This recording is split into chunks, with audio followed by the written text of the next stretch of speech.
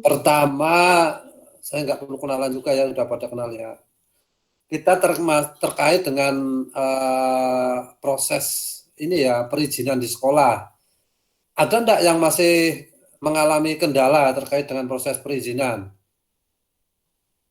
Ada enggak? Kalau ada, hari ini harus kita putuskan. Gimana Mbak? Mas Rifki mungkin ada. Semuanya clear ya? Udah semua, Pak. Aman, Pak. Aman ya? Aman, Pak. Kemarin yang di mana itu pondok, mana itu Karanganyar itu? Darul Ihsan. Darul Quran. Apa yang Karanganyar itu? Darul Arqam. Iya, Pak. Sudah clear ya? Sudah, Pak. Alhamdulillah, Pak. Ini nggak ada yang nggak ada yang sakit tau maksudnya apa flu gitu kan, karena kalau sakit kan juga tidak memungkinkan ya untuk sekolah. Kayaknya sampai hari ini sekolah-sekolah masih mungkin sampai akhir ini ya, sampai akhir bulan sepertinya masih apa, guru itu biasanya dijadwal ya, artinya ada yang di sekolah. Kayak ini di tempat istri saya di Kota Barat itu dibagi 3 itu, ada yang Senin masuk, nanti Selasa prei, Rabu masuk.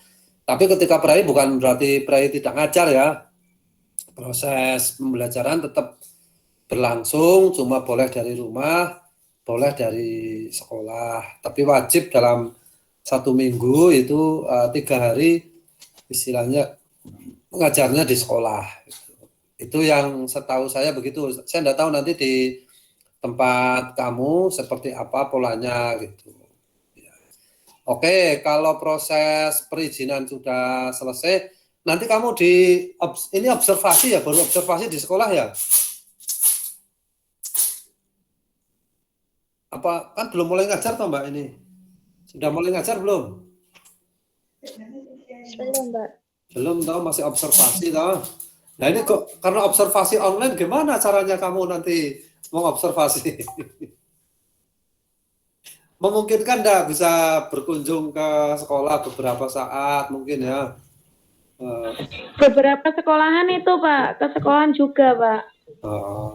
Asal ini ya, jangan grup juga mungkin ya. Mungkin bisa ditata. Kalau dulu itu kan kayak kamu dilibatkan itu dalam proses siswa itu siswa itu kan biasanya pagi itu kan ke sekolah itu ya, kita istilahnya apa itu jadi kayak semacam among tamu apa bahasanya itu piket ya istilahnya di sekolah itu piket, tapi kalau ini kayaknya enggak memungkinkan ya gitu.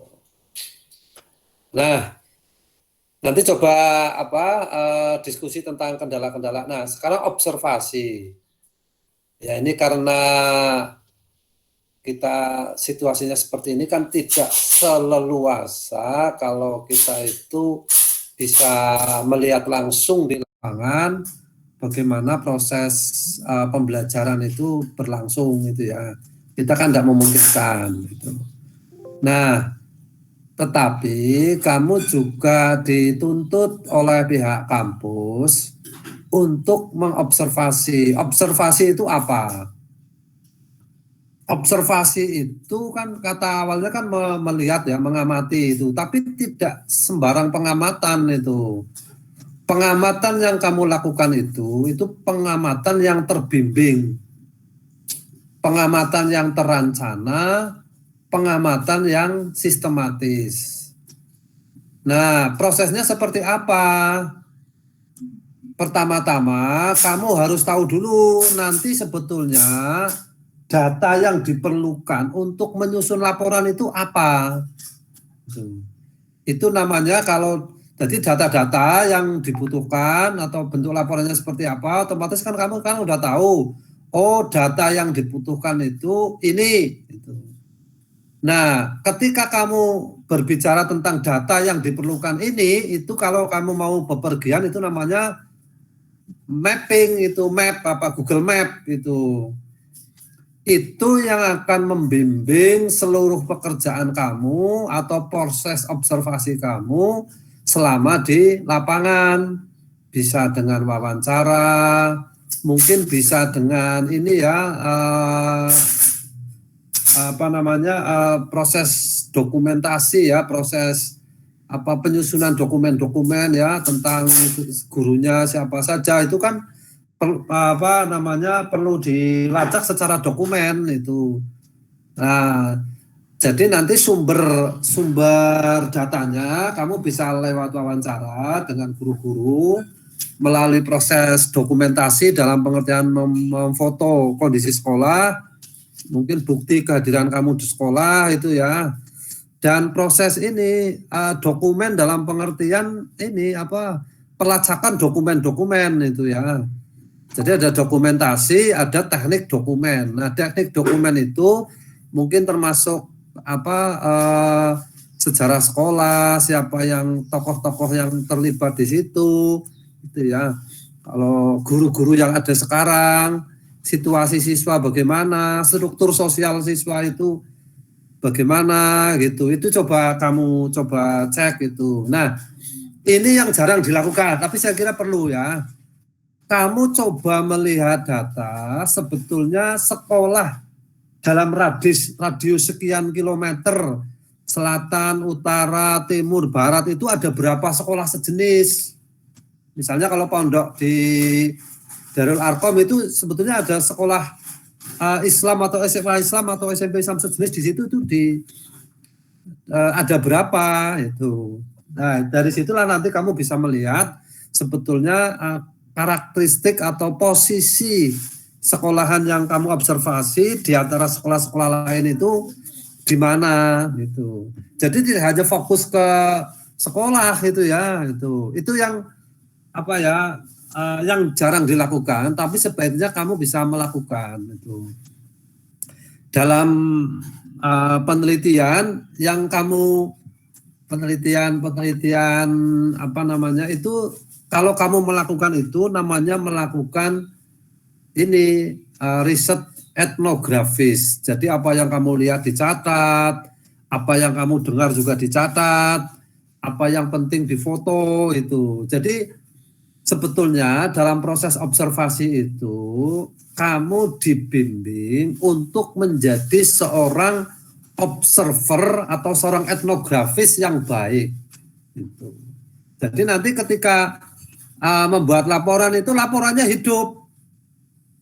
Meskipun saya belum pernah ke Darul Arkom misalnya atau ke SMP Islam Al-Hadi misalnya, tapi saya membaca laporan kamu itu seolah-olah saya itu dibawa untuk jalan-jalan ke Al-Hadi. Gitu. Seolah-olah saya itu diajak jalan-jalan ke Darul Arkom misalnya. Itu namanya apa? Membuat laporan yang hidup itu. Jadi tidak hanya sekedar jumlah guru berapa, sekolah berdiri tahun berapa, bukan hanya sekedar itu gitu. Nah, kalau bisa kamu itu ketika diobservasi sampai menemukan problem. Nah, kalau kamu sampai menemukan problem, inilah yang menarik. Gitu. Bisa jadi akan mendorong kamu untuk membuat penelitian lebih mendalam di sekolahan itu sehingga tidak kebingungan. Tuh. Jadi harapannya sebetulnya di samping nanti kamu memiliki kemampuan operasional ya, kemampuan praktikal tentang mengajar, juga secara bersamaan ingin mendorong kamu untuk memiliki kemampuan untuk riset lebih jauh. Gitu ya. Jadi observasi nanti tidak hanya kamu laporan terus dapat nilai, tapi ada satu memunculkan sebuah dorongan untuk melakukan riset lebih jauh itu. Ya, itu saya kira bukan pengarahan lah ya, semacam pengantar saja untuk bekal kamu di lapangan gitu. Tentu saja banyak hal mungkin yang perlu kita diskusikan pagi hari ini. Mungkin kita bisa mulai dengan ini ya, tanya jawab ya, silakan. Mulai dari siapa? Saya, Pak. Ya, Tiara itu di mana? Terus anggotanya berapa gitu ya? Biar saya catat ya. Oke, saya Tiara Dewanti, PLT 2-nya di SMK Negeri 1 Klaten. Oke. Anggotanya 4 orang. Oke. Oke. Gini Pak, mau tanyakan kemarin waktu sosialisasi sama sebelumnya ini buat PLP 2 itu kan Pak Azhar itu bilang luarannya itu kita membuat artikel, Ya. bukan laporan observasi gitu. Hmm. Itu nanti kan bisa beda nggak Pak? Beda beda guru, beda DPPLP-nya gitu nggak Pak? Terus nanti bisa dikonsultasikan sama jenengan. Oke. Terus sama ini Pak mau tanya, besok itu untuk hari Senin itu ada penyerahan secara online atau gimana? Online aja ya, saya nanti dikasih linknya ya, Mbak Tiara ya. Jadi penyerahannya online lewat sekolah gitu Pak? Nah, apa gimana teknisnya? Saya manut aja. Apa langsung untul-untul kamu datang ke situ apa gimana? Nah itu kemarin tuh sempat tanya Pak Azhari toh, katanya beliau bilangnya cuma ada pelepasan secara online gitu, tapi teknisnya secara luas tuh nggak dijelasin sama beliau. Jadi masih bingung. Memungkinkan enggak kalau semacam pembimbing di sekolah nanti mau jam berapa saya ikut, itu memungkinkan enggak? Biar saya ya ada pesan-pesan gitu ya, ada komunikasi. Cuma waktunya jangan sampai bersamaan. Kalau bersamaan dengan Nah itu Pak yang bingung, nanti takutnya kalau bareng-bareng soalnya kan itu. ya DPPLP-nya kan satu kelompok itu kan juga beda-beda Pak. Itu masalahnya itu. Gitu. Jadi kalau saya satu terkait dengan riset, sebaiknya kamu sudah mulai baca-baca dari sekarang tentang apa yang kira-kira, kamu kan sudah ada observasi awal ya di sana, apa yang kira-kira menarik lah dari fenomena pendidikan agama di situ lah. Kamu coba searching lah ya, baca-baca ya tentang pendidikan agama gitu, agar ini tidak nanti dengan cara seperti itu nanti ada dialog antara konsep atau teori dengan pengalaman-pengalaman praktis yang bisa kamu lihat itu. Riset itu sebetulnya kan hanya ada dua itu ya. Satu, bagaimana konsep-konsep itu, misalnya saja ya, saya tidak tahu nanti kamu concernnya di bidang apa gitu ya. Misalnya kamu pengen tentang pembelajaran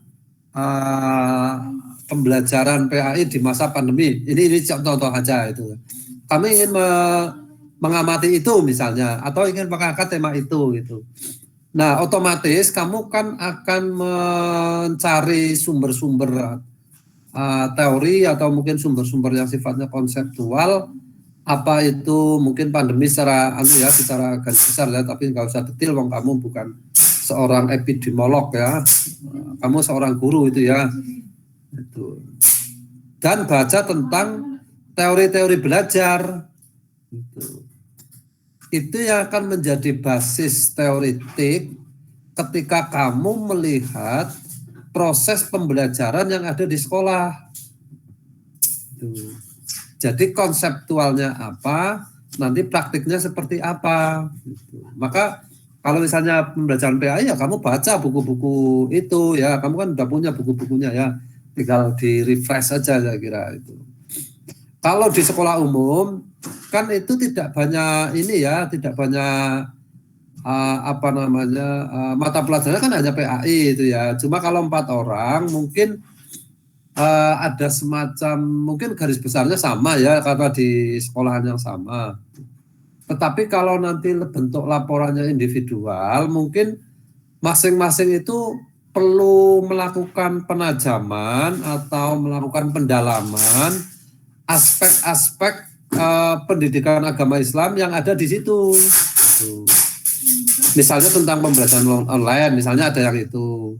Terus yang kedua misalnya tentang ada enggak organisasi OSIS yang ngurusi keagamaan, misalnya saja lah, saya enggak tahu persis ya.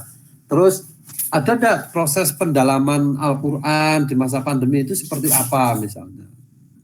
Nah, itu namanya apa? Itu namanya ada pemfokusan. Jadi mungkin secara garis besarnya sama, tapi pendalaman lebih lanjut itu harus ada pendalaman itu. sehingga nanti masing-masing sudah punya tugasnya gitu.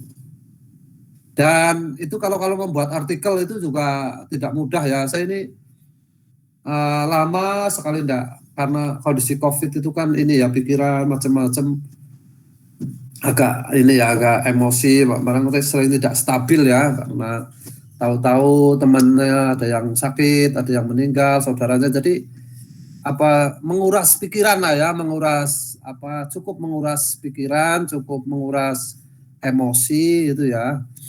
Tetapi belakangan saya coba menata diri, mencoba mulai membaca referensi lagi, mereview bacaan itu ya. Alhamdulillah ini sudah mulai ada kemampuan untuk menulis di jurnal-jurnal gitu ya, mulai ada menulis itu ya, mulai menulis lah ya, meskipun belum selesai ini.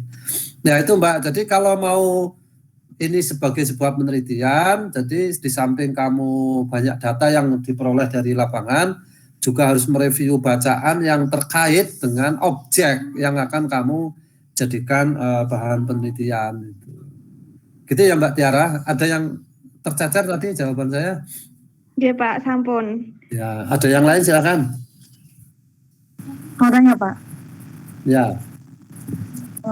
Saya Zidna Zaidah Pak. Untuk lokasi PLP-nya itu di Magetan, di Pondok Pesantren Ar-Rasyidah, 2 orang.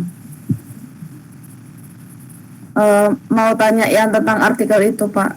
Itu untuk tema apa Pak? Di mana sekolahnya? Di Magetan Pak, di Pondok Pesantren Ar-Rasyidah. Oh iya.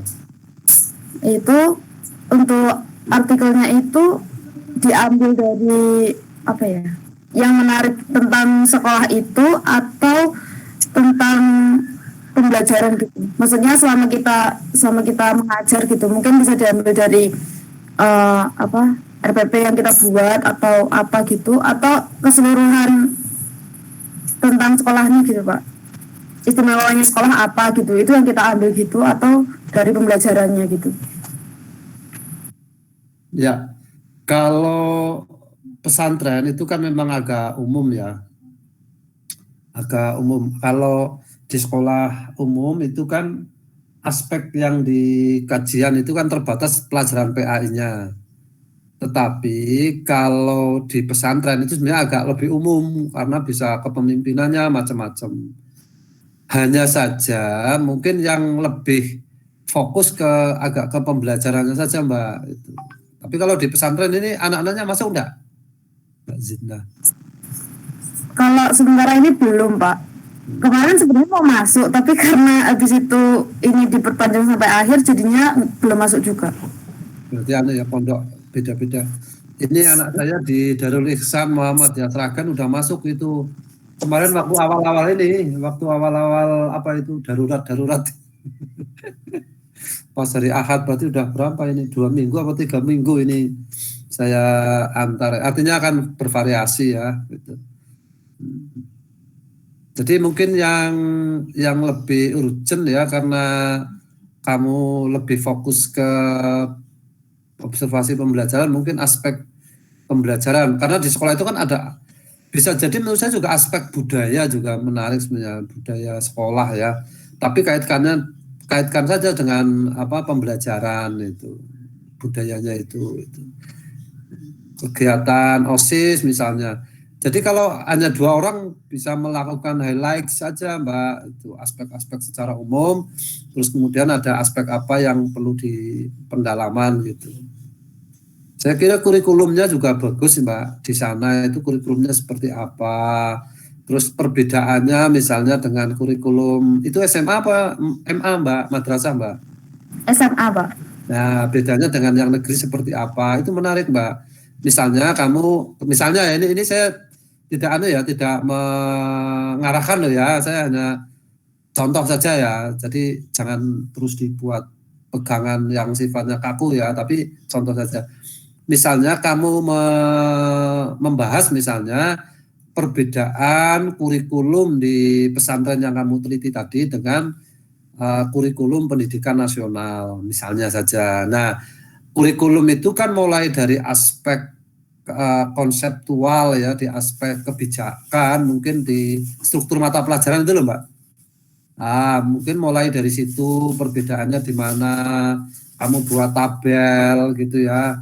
Kemudian setelah itu kan masuk di beberapa pembelajaran itu mata pelajaran, misalnya kamu ambil 2 saja antara di misalnya loh ya, pelajaran PKN di pondok sama di misalnya di sekolah negeri itu ada enggak perbedaan yang lebih tajam misalnya. Aspek apa yang kemudian berbeda itu kemudian didalami lebih lanjut itu bisa Mbak itu. Dan kalau pesantren itu kan istilahnya pembelajaran itu kan 24 jam ya, ada sebuah situasi, ada sebuah iklim religius yang terus-menerus yang terbangun ya di pesantren itu, ada interaksi-interaksi yang sifatnya edukatif yang lebih sistematis itu ya dibandingkan dengan di sekolah gitu ya. Karena kalau di sekolah itu kan biasanya ada ya tidak terlalu sistematis lah untuk pembangunan atau pengembangan iklim religius dan iklim akademiknya itu. Cuma kelemahannya orang pondok itu satu biasanya. Ini miskin kreasi biasanya itu ya, karena mungkin ini enggak boleh, ini enggak boleh. Ya, jadi biasanya agak miskin kreasi, tapi juga enggak juga sih ya, tergantung orangnya. Cuma secara umum itu ya. Dan karena dia kan ada semacam terlindung ya, ada kalau bumi itu kan ada semacam atmosfer ya. Atmosfer di pondok kan berbeda dengan atmosfer di umum gitu ya. Biasanya cenderung orangnya lebih nyaman itu dalam situasi atmosfer seperti itu gitu. Ya itulah, nanti coba Mbak hal-hal yang saya sebutkan tadi itu coba ditelaah ya. Kamu coba baca referensi-referensi tentang pesantren ya. Misalnya Mas Tuhu itu dinamika sistem pendidikan pesantren itu bagus itu Mas Tuhu itu ya. Kenapa pesantren itu dulu itu mengandalkan kepemimpinan yang karismatik ya, misalnya di Tebuireng ya, di Asem Bagus itu ya, Sukorejo, terus di Paciran itu ya, Pondok Muhammadiyah Paciran itu dulu awal-awal berdiri itu mengandalkan kiai satu orang ya, tunggal itu ya, kiai yang karismatik, mampu merintis menjadi besar. Ketika generasi awal itu sudah meninggal, kemudian kepemimpinannya tidak lagi berbasis individual karismatik ya, tapi berbasis yayasan itu, ada kolektivitas kekiaian itu. Sekarang ada yayasan itu ya. Itu saya kira saya tidak tahu polanya seperti apa, apakah pola pesantren modern atau pola pesantren tradisional. Kalau tradisional tetap biasanya kiainya cukup besar ya peranannya. Tapi kalau modern biasanya kiainya tidak cukup besar ya. Misalnya As-Salam itu. As-Salam itu kan kepemimpinan kiainya maaf ya tidak terlalu kelihatan itu pondok pesantren As-Salam itu ya. Itu dulu yang perintisnya itu Pak siapa itu bukan seorang kiai itu guru aja ya, guru di sekolah dasar, karena dia orangnya prigel yang rintis LKS bisnis sekarang jadi besar itu ya, 3 serangkai gitu. Tapi beliaunya sendiri Pak siapa namanya Imam saya agak lupa itu bukan seorang kiai dalam pengertian kiai tradisional ya yang bisa mengkaji kitab kuning itu ya, bukan itu. Nah tapi As-Salam kemudian menyiasatinya ada semacam dewan kiai itu di dalam struktur pondok itu coba kamu bacalah lika-liku di pesantren itu dan coba kamu deskripsikan ya, itu secara operasional. Tentu saja kamu cukup harus punya referensi, mereview bacaan terkait dengan pesantren gitu ya Mbak Zidna ya. Siap. Oke, ada lagi silakan.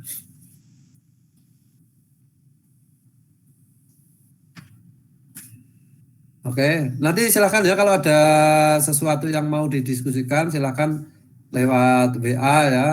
Termasuk kalau misalnya guru atau pembimbing atau kepala sekolah misalnya saya mau ketemu dengan yang membimbing kamu dari kampus, saya juga terbuka ya. Silakan usahakan tidak japri ya, tetapi semua komunikasi itu lewat grup itu agar memudahkan kita berkomunikasi gitu. Kadang-kadang kamu ada pertanyaan saya nggak terlalu paham, mungkin teman kamu ada yang lebih paham, itu kan saling berbagi juga gitu. Kalau yang japri biasanya tidak saya jawab gitu. Ya. Gitu ya. Ada lagi? Ada lagi silakan kalau yang masih perlu disampaikan. Mau tanya lagi, Pak. Ya, Mbak Sidna, gimana? Kemarin itu kan sempat dijelasin sama pihak panitia PLP itu kan kalau kita disuruh ngumpulin kayak video gitu ya Pak.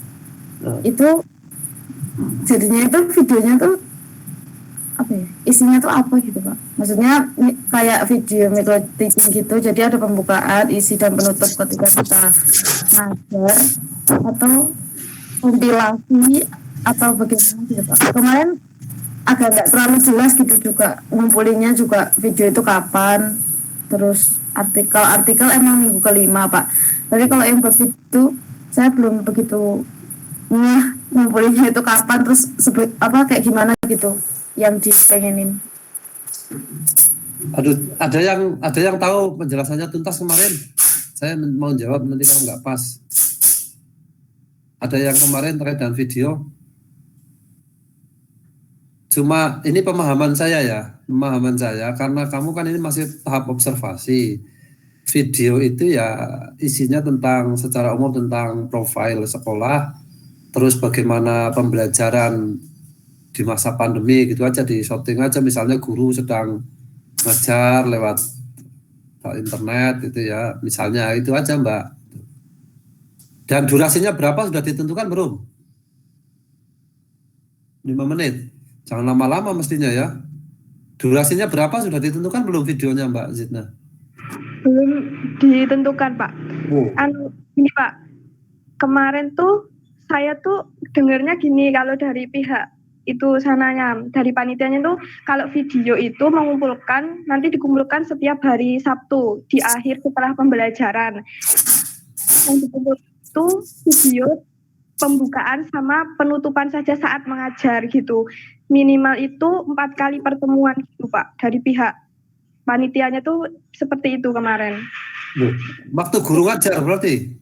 Ya sudah mengajar Pak, soalnya kan ini sudah PLP 2. Iya PLP 2 Pak. Oh ini PLP 2 udah ngajar ya? Okay. Oh, berarti kalau yang sendirian repot, berarti kamu harus saling membantu itu. Ya, harus jadi teamwork yang bagus. Ya, Mbak Zidna, Mbak Tiara ya, Mbak Ana. Harus jadi teamwork kalau gitu, kamu ngajar, yang lain nyoting gitu. Itu ya, saya kira bagus juga itu. Itu namanya nanti kalau yang hasil pembelajaran kamu itu kemudian dievaluasi, dijadikan bahan diskusi, itu namanya model pembelajaran apa lesson study itu. Pola seperti itu. Itu Mbak Tiara, makasih ya penjelasannya. Mbak Zidna ini sekaligus tadi ya memberikan penjelasan kamu ya. Maaf saya kurang itu paham tentang itu. Iya Pak. Iya Pak. Ada lain lagi silakan. Alhamdulillah ini sudah hampir semuanya bergabung ya. Ngapain aja kamu di rumah nih? Tidur saja nanti tambah gemuk loh kamu.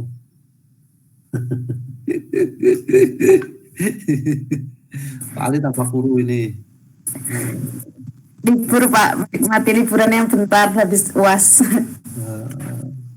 Ini banyak beberapa teman Yang bekerja Pak. Kenapa?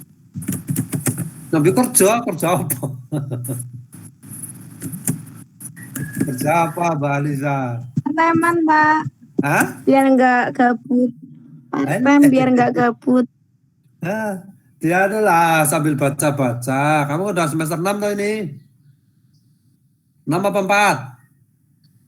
4? 6 Pak. Ya, kalau bisa mereview teorinya itu sekaligus nanti bahan kamu untuk penelitian. Sehingga semester 7 itu bisa selesai. Jangan lama-lama di kampus. Bapak Ibu Amin. kamu sudah kepingin menimang cucu ya. Segera studi S2 ya, kalau yang masih bersemangat kuliah itu ya, yang tidak semangat ya segera nikah dulu, nggak usah pikiran kerja dulu lah. Yang penting nikah dulu ya. Apa mau kerja dulu? Ditarget kamu 1 tahun lagi nikah atau 2 tahun lagi itu maksimal ya, jangan lama-lama. Ditarget dulu ya. Fulan iki sapa fulan iki jawab ya. Nah, gitu ya. Ya, relax lah sama Pak Ali itu harus santai lah ya, nggak usah serius-serius lah ya, jalani hidup oke dengan ceria lah ya. Gitu. Kamu nggak sering bepergian toh ini? Ini Nggak varian bisa Pak, ditutup semua jalannya. varian Delta ini jangan mengkhawatirkan sekali ini. Itu.